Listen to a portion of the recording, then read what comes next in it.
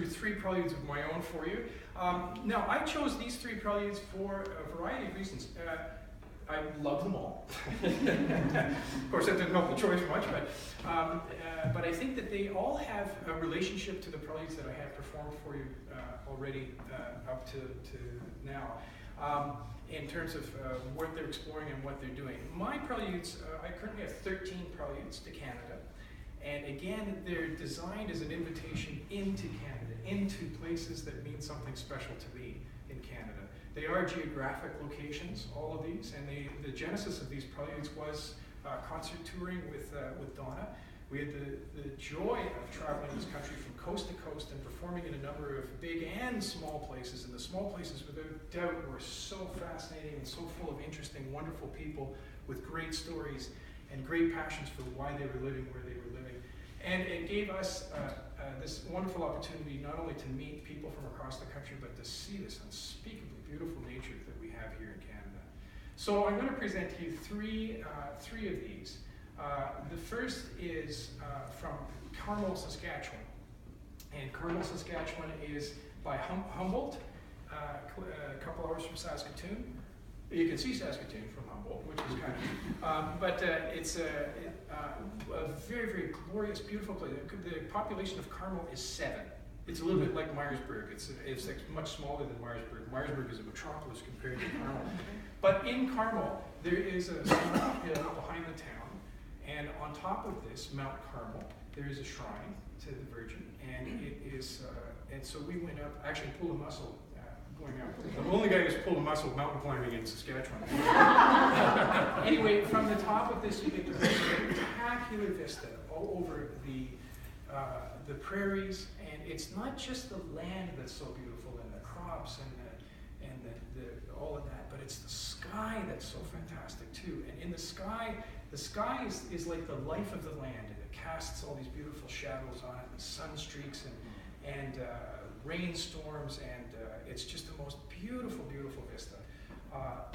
So that's Mount Carmel.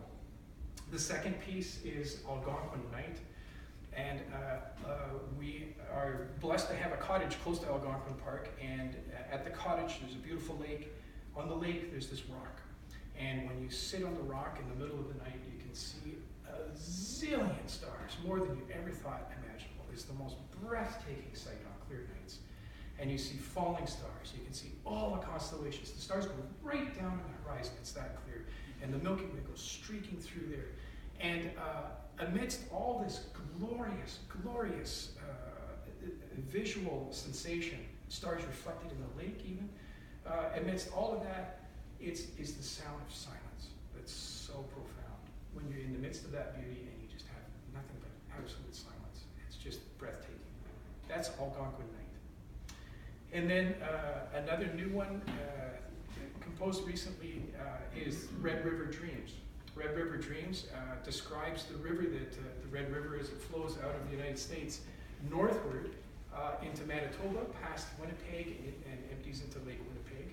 And it is, we know it, in our newscasts, we know it as flooding and wiping out things, and we know it as dry, and we know the volatility of the river, but we know that it always keeps going. And this piece is about that flow, that onward, relentless flow that I describe as quite peaceful. It's interesting, I played this piece for my sister at Christmas, and at the end she was in tears, and I said, "Oh, I can practice it and come back and play it again." She said, no, it's not that at all. It's just that, I don't know if you thought about the Aboriginal women in the Red River. And I thought, no, I don't think, because I don't listen to the news or anything.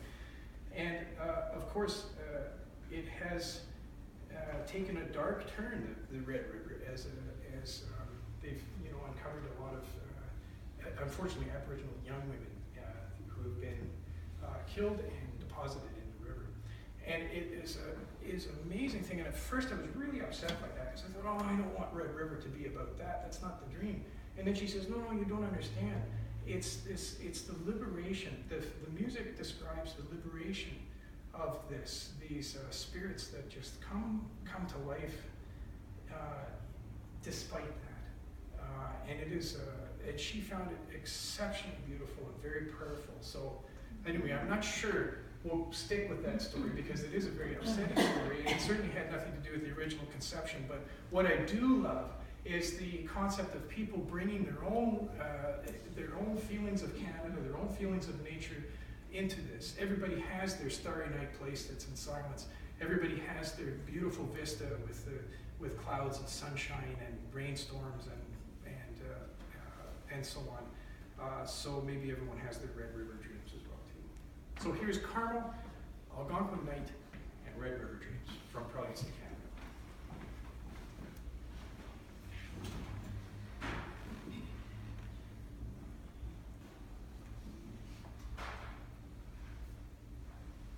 Mm-hmm.